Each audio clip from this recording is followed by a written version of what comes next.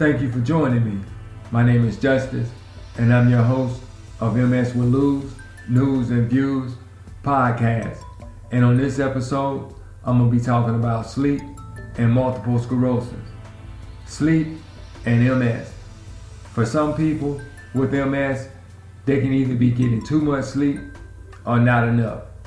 I know for me, I've had the opportunity to experience both sides of that coin. In the beginning, when being first diagnosed with multiple sclerosis, I was on the drug Rebif, which had me sleeping anywhere between 12 to 14 hours a day. And when I wasn't asleep, I wasn't productive, I wasn't doing anything. So I was getting too much sleep. Now first let me say this, I'm not talking about Rebif. So if you happen to be taking Rebif, I don't want you to think that these things will happen to you and you stop taking your medicine, because these are my views.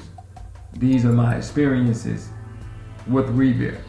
I want you to make sure that you continuously take your medicine the way that you're supposed to take your medicine, and that is between you and your doctor that you should start or stop any medication.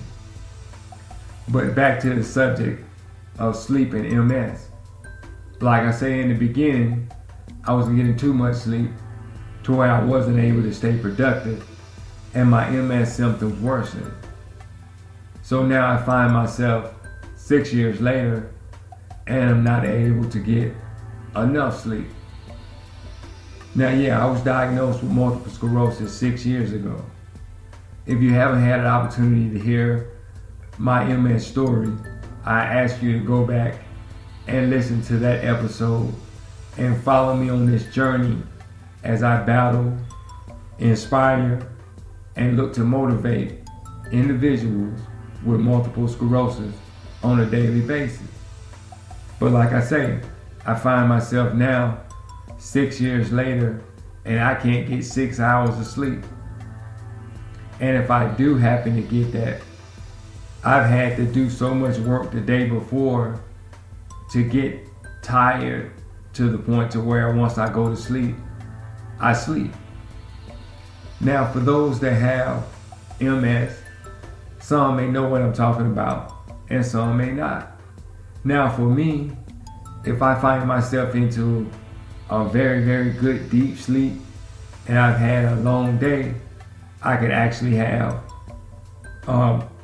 what do you want to say, bathroom accidents on myself because I'm sleeping just that hard.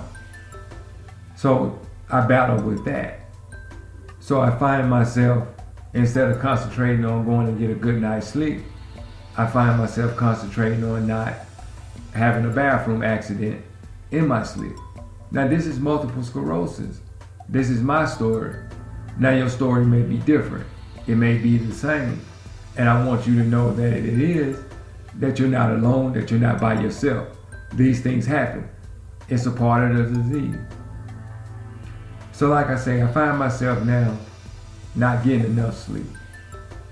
But what I've learned over the years is that in order to try and control that the best that I can, I try and find myself listening to something that's motivational at night.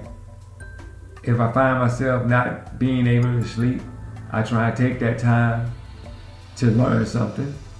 In the beginning, I would take that time to be mad about having MS. In the beginning, if I couldn't sleep, I would be mad. I would be looking for a reason to be mad, and it didn't help. All I did was lay there, woke, mad. So now if I find myself can't sleep, I try and find the most positive things I can be to be thankful for. And that's what I think about. And then the next thing you know, I'm off to sleep. But the next thing you know, I gotta use the bathroom. So when I do finally go to sleep, I'm right back up using the bathroom. So that's kind of what a night is like for me. Sleep up, sleep up, sleep up. And I know there's some fellow MSers out there that know exactly what I'm talking about.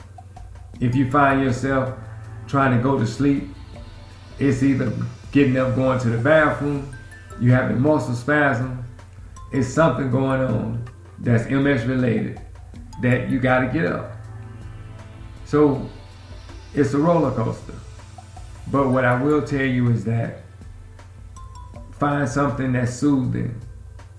You know, if it's you leaving the TV on low and you're listening to something that's, you know, that's mindless, try not to go find something that you have to really concentrate on, because that's going to only add to keeping you up, because you're going to be focused.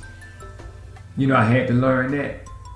I would be trying to learn something and I would be so focused that I would look up and another hour would be done past.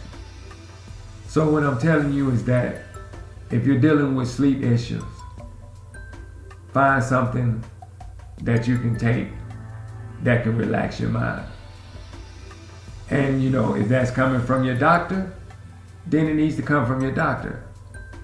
If it needs to come in the form of a book, a video, whatever that needs to be, that's what that needs to be. But you gotta find that, because you need that energy from that sleep to be able to get up and fight for the next day, because you gotta keep fighting. You gotta stay strong. So like I said, I just wanted to come on here and touch a little bit about sleep and MS.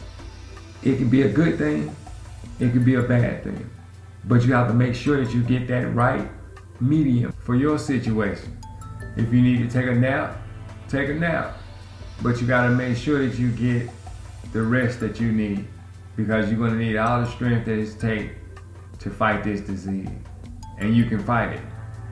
So like I say, remember, keep it moving, stay positive.